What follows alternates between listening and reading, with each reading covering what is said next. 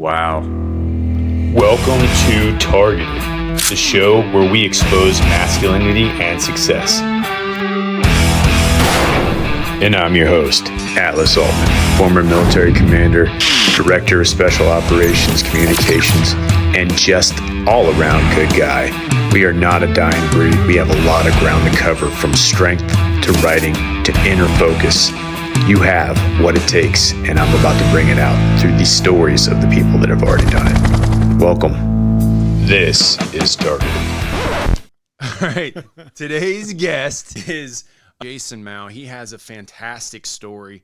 He is going to give us a lot of it today, but he can't share it all because it is that much. So without further ado, Jason Mow, you want to say hello? Thanks, Sarah. This is awesome. All right. Just going right.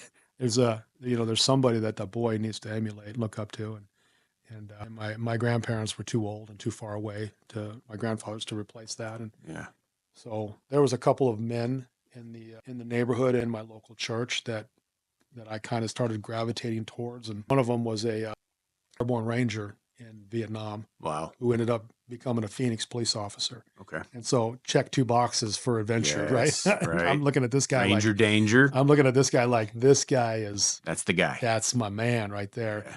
And the other one was my friend's father, who ended up employing me and kind of taking me under his wing. And he was the 173rd Airborne Vietnam vet. Okay. And so I've got 2 high-speed, low-drag Vietnam vets, kind of mentoring me and guiding me and trying to treat me like a man without breaking my heart at the same time. Because, there's only so much you can do as somebody who's not a father, an actual father. And well, let's talk about that. What couldn't they do? Well, like they couldn't put their hands on me. They couldn't like physically discipline me. They could say they were disappointed, and they could, in a loving way, kind of stop that, knucklehead, stop doing stupid things like that. Yeah. Did you deserve to be punished like that, do you think? Let's talk about this. No, I mean, I had a group of friends and we caused a lot of trouble. We were very mischievous.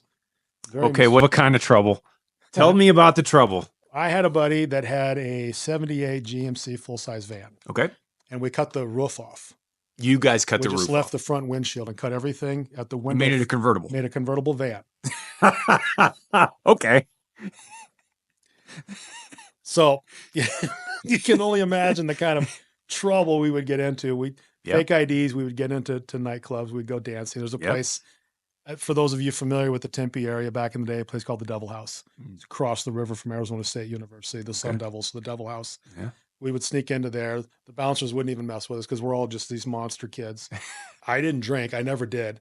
But I was the most drunk, sober person you would ever meet. You don't have to be drunk to do stupid stuff. Case in point right here. People don't realize that. Case in point right here. But I was hypoglycemic, but we didn't know that at the time. We just knew that if I had a lot of sugar, I would lose control and I would do dumb things. Okay. And so my friends would take me to go see the latest Jean-Claude Van Damme movie, whatever. Yeah. And they would make sure I had a whole packet of Red Vines and a Mountain Dew. And by the time that movie's over, I am like a coiled spring. You're ready to go. And they would just point me at somebody in the parking lot. I think he's looking at you.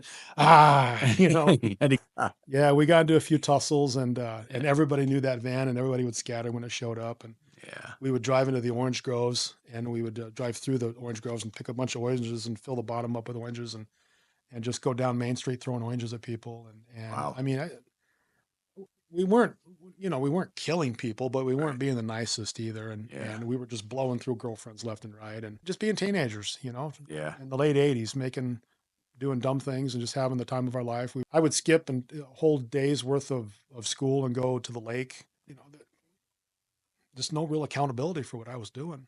And it was just progressively getting worse. And so I needed somebody to reel me in before I started making some really poor choices. These 2 men that you looked up to, they told you they were disappointed in you, and that had some effect. They're not so much disappointed. They said, you're better than that. There it is. Yeah, you're better than that. And you're like, I am. Yeah. Yes, sir. You're right. I am. Yeah.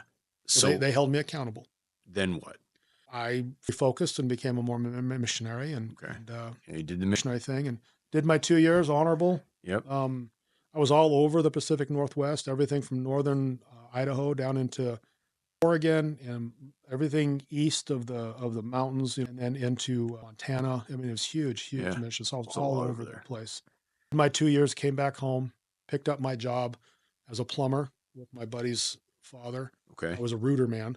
So I was Yeah. sucking out grease traps and I was unclogging drains and stuff. And a ton of money at the time. Yeah. There's no reason a 21-year-old should be making that much money. But I had no direction in my life. I had turned down my college scholarships. Yeah. I didn't want to go in college. I didn't think that college was for me. I didn't have any, my dad was a tradesman and my mom was stay at home. So there was none of those diplomas on the wall to kind of emulate. And it just didn't seem like what I wanted. I just had this huge adventure up in Washington State. And, even though it was still the United States, it was completely foreign to me. And there's a great big world out there now that I just recognize. And there's places to go and people to meet and adventures to have. And there was something inside of me that's like, hey, this isn't for you. Right. There's something bigger out there. You're not this, you're something else. And I could feel it, but I just couldn't articulate what was happening. And so I was just making money, spending money, making money, spending money. I had never ridden a motorcycle before, and I came home with a motorcycle one day. And What kind of motorcycle? it was a Suzuki Katana Of course you went with the with rice the rocket. rocket, right? Yeah. You put the mini kind of rice in, it goes faster. Yeah. You know that, And right? like the day after I bought it, I'm doing 100 miles an hour down the freeway. Mm-hmm. And I'm like, I have no business going this fast on a motorcycle. This is literally the second day I've ever ridden a bike ever. And I'm doing 100 miles an hour down the freeway. And this little voice in the back of my head said, hey, you have no business going this fast. Probably Right? not a good idea, dude. That what was inside of me is I craved this adventure, this excitement. You add power and speed to anything, jet skis, parachuting, anything like that.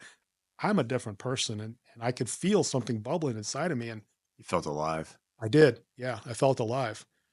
But there was only about that much tire on my motorcycle at that going that fast, touching the ground, and one little pebble, and I would have been just a stain on the US 60. Yeah. How many times do you look back at those times and you're like, wow, I'm lucky to be alive? Oh, there's easily dozens of times that, yeah, there's no reason why I should be, other than the grace of God, why I'm alive right now. Yeah, amen.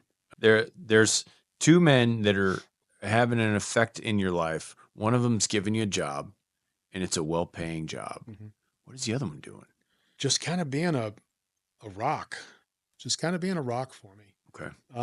I would see him mostly. Well, we had this program in the LDS church called home visiting, home teaching, All right. where once a month, members of the ward would come to your house and just check on you, welfare check. Mm-hmm. Say, hey, how's everybody doing? You guys need anything? Is there anything that the family can do to help? Are we praying? Mm-hmm. Are you guys living the gospel? Are we doing missionary work? How are things? And he ended up being our home teacher. So I would see him. He would come in our home at least once a month, and I would see him every week at church. And he's a Phoenix police officer at the time, and so I'm like, you got any fun stories this week? Yeah. He ended up working Vice. This was the same time that Miami Vice was a big deal. That's cool. And so I'm thinking, this guy is Don Johnson, right? And he's not telling me nothing, because he would just smile when I would walk up to him. Yeah. Say, what'd you do this week? Some 80s music. Yeah. Nice little stroll down the A road. little saxophone in the back, some feathered hair. Yes, that's right. And so I would this guy was just cool. He was just, the way he would sit was cool. Yeah. The way that he would walk was cool. The I'm body language, you picked up on that. Yeah. And he taught me something interesting. He said, you like the way that person talked? Oh. And I go, yeah. And he goes, emulate that. Yeah. Watch the way people talk. And he said, he was the first time they ever told me this, but I've heard this many times after that. He said, Bruce Lee had a saying. He said, absorb what is useful, discard what isn't. So think of it like eating a watermelon when you're watching somebody speak, right? Was that cool? Remember that. That didn't look right. Don't do that. Yeah. Right. And so I started to learn to speak, because this guy was kind of like, edging me on a little bit. Like, hey, there's something here, Yeah. People listen when you talk. Kind of like the other kids around you listen when you talk. Yeah. I want you to be able to speak and communicate. So when you're listening to other people speak, preachers on the stand or watching TV or something, if they do something that you think is cool, remember that. Yes. So that started to build inside of me too, that maybe there's some confidence there that I didn't know, and some abilities that I didn't know were there. Just additive, man. Yeah. So you have the inner strength, you have experienced failure at this time and then overcome it. And now you have these positive role models, and you have money, and you have things coming into your life. Yep. It's going pretty good for you. I thought. Yeah. I thought. And then what? Then I woke up one morning, not having any direction and not really understanding what I'm going to do, just thinking maybe this is my life. Maybe this is what I'm going to do. And I'm going to end up, I don't know, getting somebody pregnant or whatever. And this is how guys like me live, because what's around me is pretty much that's what's happening. And then, so you woke up. I woke up one morning and turned on the TV, and this pretty lady on CNN says that Saddam Hussein just invaded the nation of Kuwait. Yes. And that George Bush was putting a coalition of countries together, and we were going to send our best and brightest over there and kick him out of Kuwait. And they had the troops marching, and you saw the planes flying. You remember that? Yeah, I do. And music and Lee Greenwood, and It's happening. And I was like, something stirred inside of me, and I said, "Wow, that looks like a lot of fun." I said, "I'm missing out on what's about to happen," and I said, "I'm going to join the military." And you did. I did. Which branch?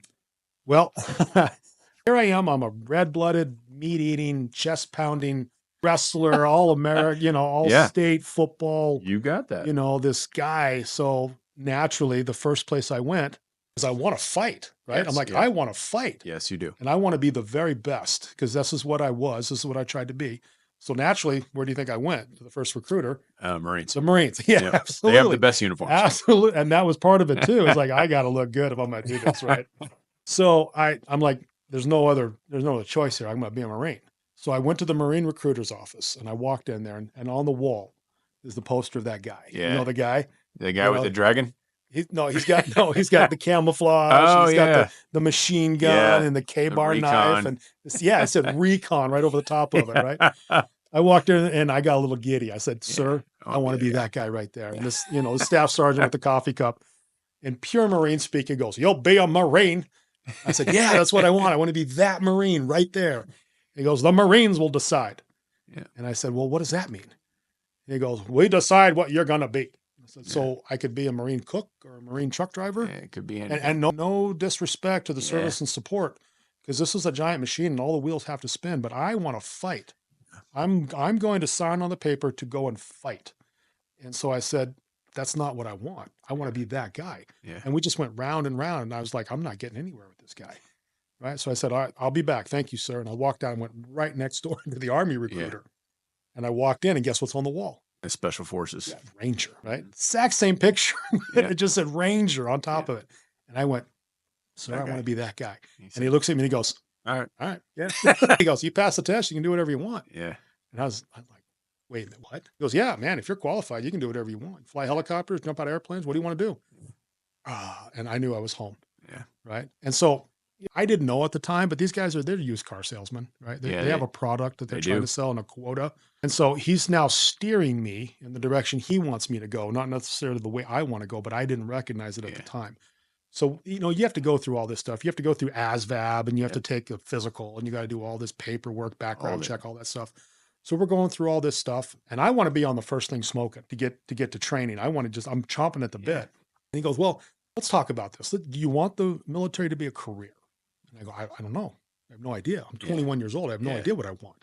I just want to fight. He goes, "Okay, no, respect. But have you ever thought maybe, you do a couple of years and you get out? You ever thought what you want to do long term?" Right. And I went, "Well, you know what? I know this guy, this Phoenix cop. Yeah. And I've always thought being a cop or a fireman or something like that would be pretty cool. I mean, that seems like something that my mentality would excel at." And he kind of gets this gleam in his eye, and he goes, does. "I got a job for you." Yeah, he's very excited. Right. And he goes, "How about if you can be an Army cop and jump out of airplanes at the same time?" Yeah. And I kind of went, "You can do that?" And he had me, right? Yeah. I mean, he sold me the undercoat.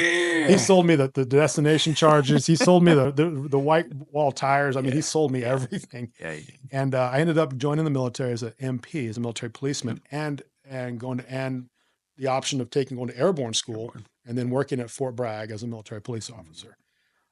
And so I took that, and because it goes in cycles, I had to wait about 3 months. Which probably sucked for you. I just started saying goodbye to everybody. Like Yeah. the next day, I'm leaving.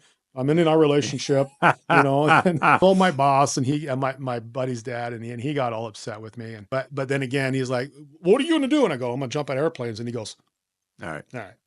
Yeah, because he was 173rd Airborne in Yeah. Vietnam. You know, he was a an M79 grenade launch Wow. gunner, and so he'd been in the shit, right? He had seen it, and he'd only told me 2 stories his entire life, and he waited until after I joined the Army to tell me those 2 stories. Really? And the rest of it, he's just like, "Yep, that's how it is." Yep, you know. But not everyone who joins gets to go be at the front lines. Yeah. And I think boys and young men, they look at that and they're like, I want to do that. And then bullets start flying and there's no music playing in the background. Changes things. Yeah. Everything changes. Yeah. So you got into MP school. Yeah. Or did you go Airborne first? No, Airborne was afterwards. So I went to basic training. They sent me to Fort Leonard Wood, Missouri, but I wasn't supposed to go to Fort Leonard Wood, Missouri. Okay. So thank you, Army. I spent my first 3 days in the military, someplace I wasn't supposed to be. So you, as a member of the military, can understand how fun that was. Yeah, no one wanted you there. No, and they didn't know what to do with me, right? Of course they didn't. And when they found out what my MOS was going to be, that was even worse, right? Because nobody likes the MPs. Yeah. Which they didn't bother telling me. MPs like him. MPs. Yeah. There was no other MPs though. Everybody else was artillery or whatever that was going through. Pogs. They finally figured out it was supposed to be at Fort McClellan, Alabama, is where the one-stop training was, because the MP Academy and basic training and the MP Academy were one and the same. Okay. So I basically went for like 19 weeks to a basic training because it was one and the same. But I was behind the power curve for 3 days, and that's a big deal in basic training. If you're 3 days behind everybody else, they had already figured out how to line up. They'd already figured out to make their beds. I didn't know anything. You got targeted. I got smoked left and right because not every drill sergeant knew that I was 3 days behind the power curve. And here I am, don't even know how to stand. Right. And everybody else is in the position of attention. And I've got my hands in my pocket just looking around. And yeah. I mean, basic training is, a lot of people can look at basic training videos on YouTube. Back when we went in, nobody's telling you how that was going to work. Yeah. You know, they were like, my dad gave me the advice. I'm not sure if you got this from men that were making you into a Army soldier, essentially. Yeah. But my dad was Army, and he was like, hey, just go in the military. They go with basic training. Keep your head down. If you graduate without the drill instructor or the training instructor, if they don't know your name, you won. Yeah.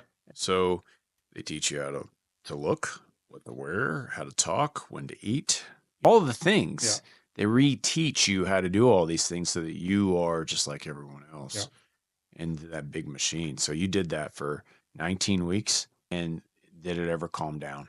We went through basic training just like everybody else. Yeah. Our basic training graduation ceremony was an assembly on the drill pad on a Saturday afternoon. We got Saturday afternoon and Sunday off to celebrate our basic training. And Monday morning, we were back at it. And our drill instructors became our academy instructors. Yeah. So nothing, I didn't even change beds. Nothing changed. Oh, wow. And so we were right back at it. So AIT right after. Right afterwards. And so we did that, went through the MP Academy, became pretty proficient at shooting and fighting and driving. But the paperwork stuff wasn't that good for me because I was still learning how to deal with my disabilities. Learning how to learn the way that I learn, not necessarily the way the industry wanted me to learn. Once I figured out that, things became super easy for me to figure out how to learn the way that I do. But that was a learning process. But during that time, you were still struggling to figure out why you were having a problem with it, probably. Yeah, I didn't understand why I couldn't think the way other people did. How did that go for you?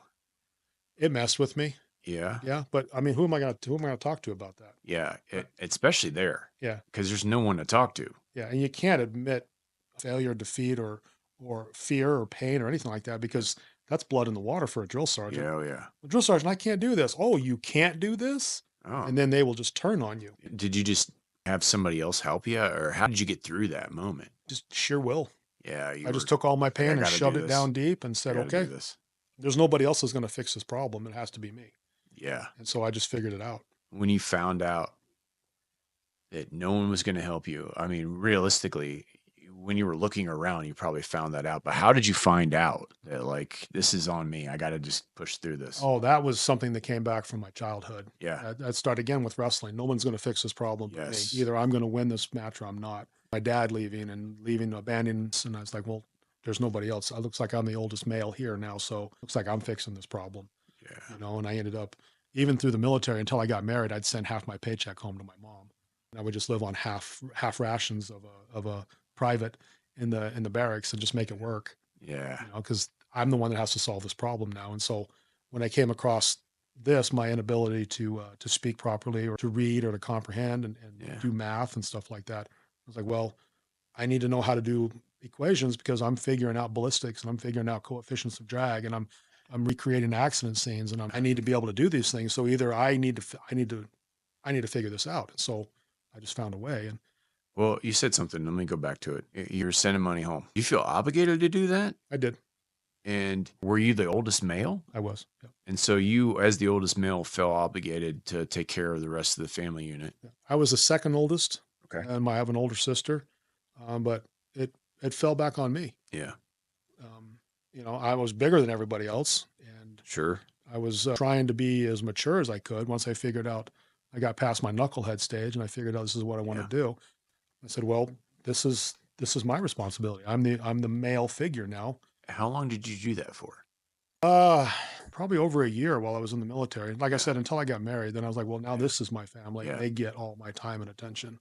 That internal struggle you probably had making that decision. Was that a conversation you had with now your new spouse, or Well, she wanted to know where all my money was. Yeah. She's like, "Why do you only have this much money? Yeah. You know, you're still living in the barracks." Well, it's because and she goes, "What do you mean you're sending half of your money home?" And then I would explain to her.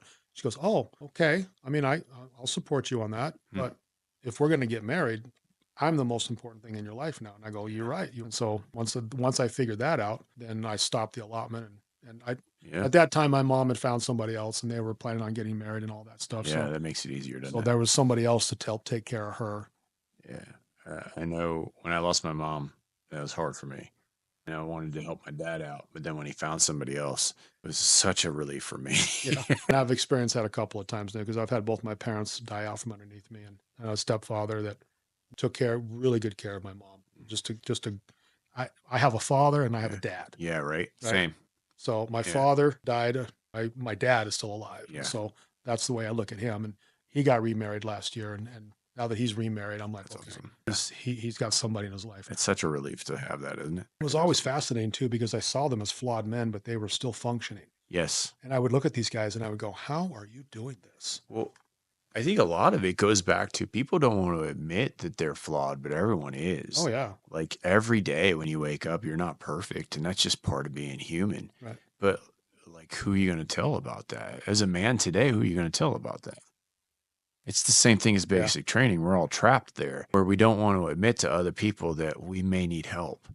When the reality is, when you admit to people in the real world that you need help, you get it. If you're looking at strong men to get that help from, whether they see you on stage or they see you in a show, if you're giving them help, then you now become a part of the mechanism that makes them a stronger man. The linchpin that I have found for that, though, is that what kind of help are you wanting? Are you wanting them to do it for you? Right. Or you want them to free you so you can do it for yourself? Yeah. Because if you want them to do it for you, you're not a man. Yes. Right? If you want to figure out how to do it for yourself so you can fix this problem, that's the difference between a man and a child. Yeah. In my opinion. I like that. I heard it said this way: if you help somebody whenever they're down, they'll remember you whenever they're down. So if you are one of those people that is in need of help and you are down and you ask somebody for help, is that the person that's going to always be there when you're down? Yeah. You want to always try to get out of it as a man. I'm with you on that. And men solve their own problems, and women sometimes add to that mess. But anyways, we'll go there. But I digress. We'll go there later. I promise. Love you, honey. Yeah. No. Yeah. That's one thing I've always had in the show. I always have the divorce thing, and I'm divorced. You're divorced. The divorce process is a hard thing to go through because you make a decision, and the person that you marry changes. Yes. And that's the reality that no one wants to talk about. When your person no longer is the person, you know it. And it's hard to come to grips with that as a man, making the obligation that you made and trying to figure out how to make it better when it's just not going to happen because they're a person too and they don't want to change. Right. And a lot of people are unfortunately in that situation. For me, chaplain in Afghanistan, I'm like, hey, I've got these marital problems. I've been going to marriage counseling. I'm trying to keep my marriage together because I am a man that believes that I'm trying to do the best of it. And then the chaplain was like, I don't say this very often. God's telling you it's okay to get divorced. And Chaplain told you that? well, I mean, Holy cow. what's the reason that you would get a divorce? Oh, that I would get a divorce? Yeah, what's a reason? The big one's infidelity. Infidelity. Yeah. So whenever there's all these signs that your spouse is being not your spouse with another man, I think it's pretty obvious. Yeah. That you can go ahead and say, yeah, I think that's in the Bible. Yeah, here's your divorce. I'll give you money, whatever. To just go away. I don't want you. For you, how did it go for you? Divorce? Yeah. Oh. Or do you want to wait? That's kind of the culmination. Yeah. The top of the beginning of the fall, if you will, is that. So there's a little bit more to build up. Let's build into that. How many years did you serve? I did 8 years. 8 years. Mm-hmm.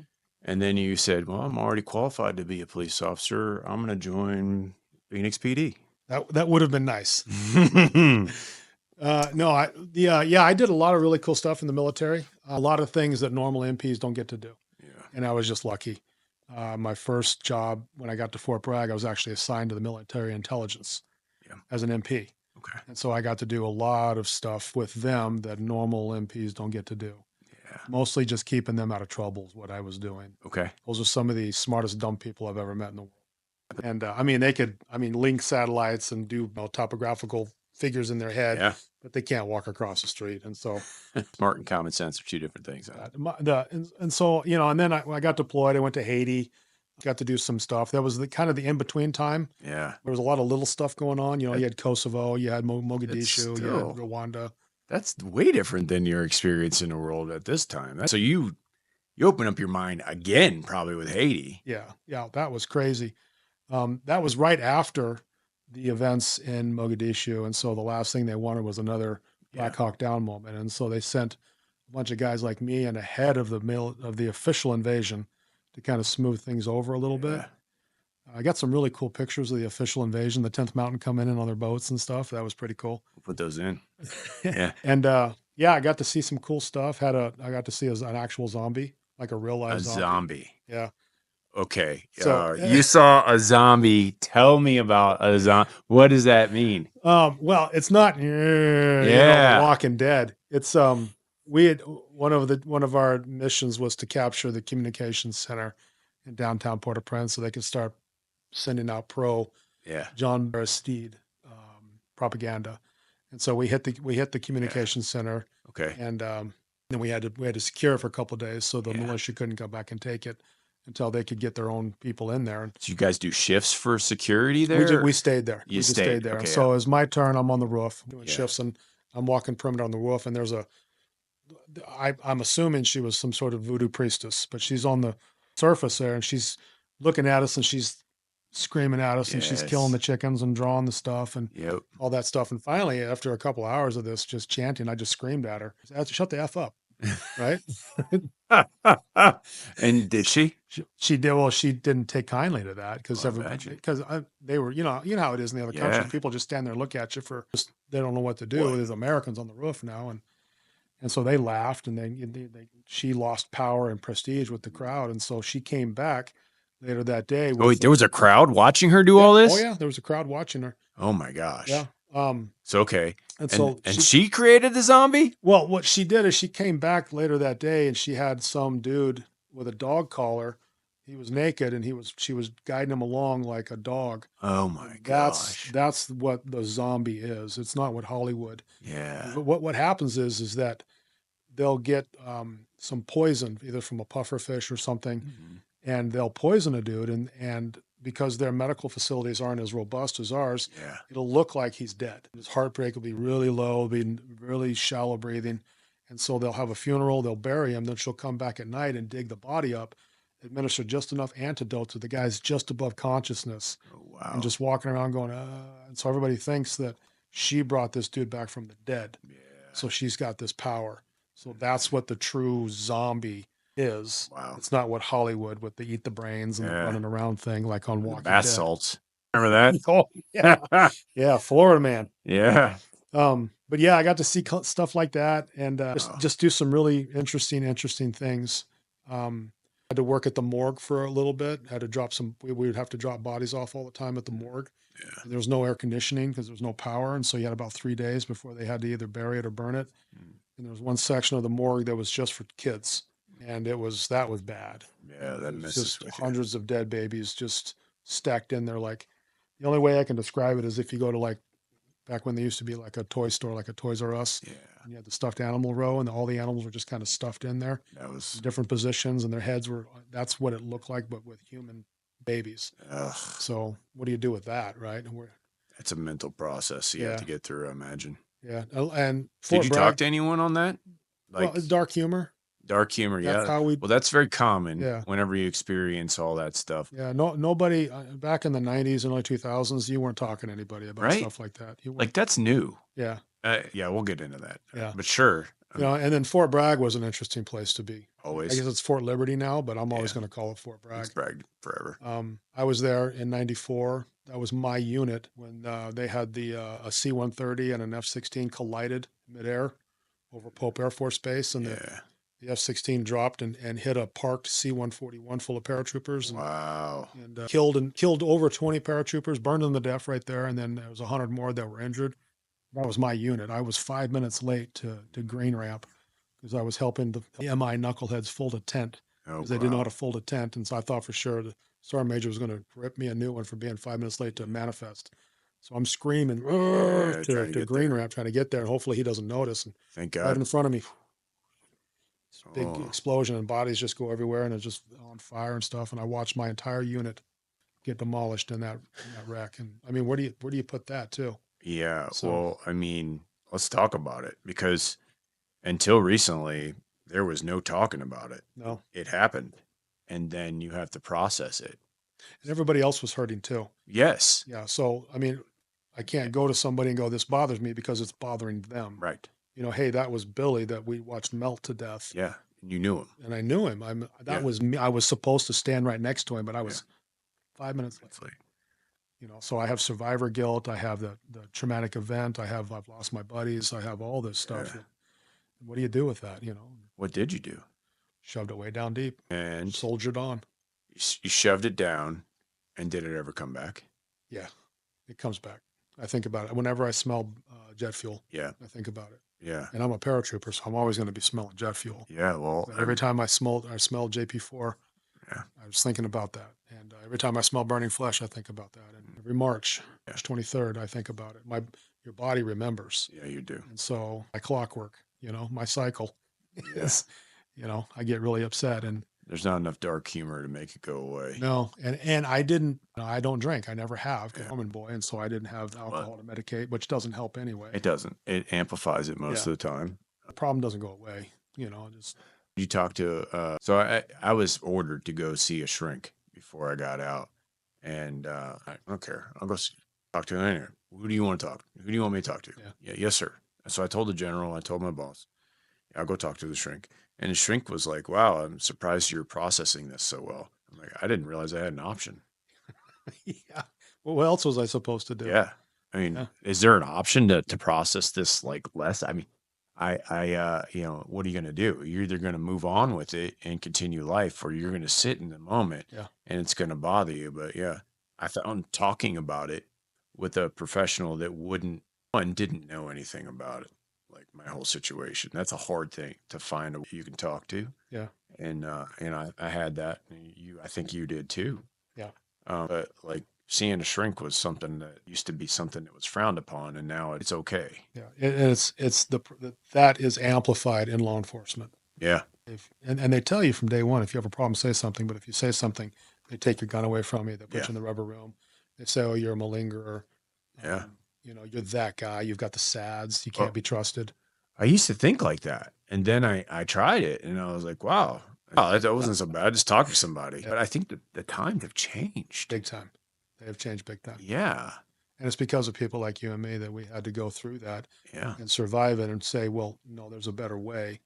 That times are starting to change because we made a stand and say, I'm not going to let the next generation experience that. Yeah, that is a very big truth that we have. So let's talk about like that journey. So you saw this, you buried it, everyone else did too. Yeah. It changed the culture and it changed who you became and how you process the world, I'd imagine. Right. Um, how does something like that affect your ability to have a relationship with anyone? Damaged my relationship with my wife. It damaged my relationship with my children. It damaged the relationship with the person in the mirror Mhm. because I was lying to myself, and it only amplified once I got into law enforcement. Because you get a 19-year-old kid, and he is the night assistant night Walmart manager or whatever. Yeah. But he's in the guard or he's in the reserves. Yeah. He's doing his duty. He gets his deployment orders. He goes to Afghanistan. He's there for however long, 6 months, a year. He sees some shit. Yeah. Here's some gunshots. A vehicle gets blown up. Whatever. He's got some issues. He's got to work with. He's got to and rightly so. We owe that guy every opportunity to heal, to Yeah. work it out, to take care of that stuff. Because for a year he was in combat, right? Yeah. You've got police officers that are working the street. And Every day. having done both, having been in Afghanistan, having been deployed overseas, having worked the streets of Phoenix, a bullet's a bullet. Explosion's an explosion. Your subconscious doesn't look at where you are Yeah. geographically and go, oh, well, you're in Phoenix, so you're okay. This doesn't matter. A dead partner is a dead partner. Yeah. A burned kid is a burned kid. A raped woman is a raped woman. Yes. You have these cops that are in combat 40 hours a week for 20 years. Yeah. And they never get to process. One of the most important parts of healing is that you are removed from what is hurting you, right? Yeah. You change the environment and they get to disconnect. Back in the olden days, World War II or Korea, or even back in the Spartans, it took time to get from the battlefield back home. Yeah. Sometimes they would march for months to get back home, and you were with your friends, you were with your buddies, you could cry, you could sing, Get it you all could out. get it out, you could process, you could be with people that understand, and you're no longer in danger, right? That's a big part of It's it. a huge part. In World War II, our grandfathers came home on boats, and it would Yes. take them weeks, if not months, to get home. And they would ride trucks to the boats and boats to the home, and then from home to trains. And by the time they got home, they had processed a lot of that. I'm not saying that they didn't still have issues, but No, it was called something different. I'm with you on that. The police aspect of they're showing up to someone's bad day every day. every day, And Yeah. that emotional toll, just that is enough. Now add in all of the things that come with combat. Yeah. And it's not people who are speaking different languages that are slitting chickens' necks and making, you know what I mean? You're like, this is kind of do. entertaining in a dark way. I do. I'm going to watch this and then I'm going to be like, I don't want to watch this anymore. Go away. Yeah. That's different. But your body's still processing all that. Your mind's still processing all that. And that's why I asked you, like, how did it change your relationships? Because your whole world shifts when you experience bad days like that. And it's a bad day every day. Every day Yeah. for a cop is a bad day. If Yes. he's a good cop and he's working, you got some cops that hide, Yeah, there's a lot of that. and but you got some cops that have no business being cops. But Yeah. apparently we enjoy lowering our standards and letting unqualified people do stuff nowadays. But We can get into that too, but there's a whole lot of that everywhere. yeah, but I'm a human. I'm a father. I'm a husband. Yeah. I'm an American. I'm a Christian. Everything that you're dealing with, and this being the worst day of your life, I'm experiencing too. But I am not allowed to do what you get to do, which is express the entire gambit of human emotions. Yeah. To be upset, to be angry, to be sad, to be frustrated, to yell and scream, to kick, to lash out. I have to be stoic. And so all of those emotions that you're experiencing outwardly, I'm experiencing in here, but I have to push them down here deep. And that's where they have to stay if I'm going to be a professional police officer. Yes. While you're in uniform. Yes. That's the expectation. Yep. And so back to like when you don the uniform, did it change your mind? Thanks for coming to the range. We have more Jason Mow in our sights in the next episode of Target. We'll see you there.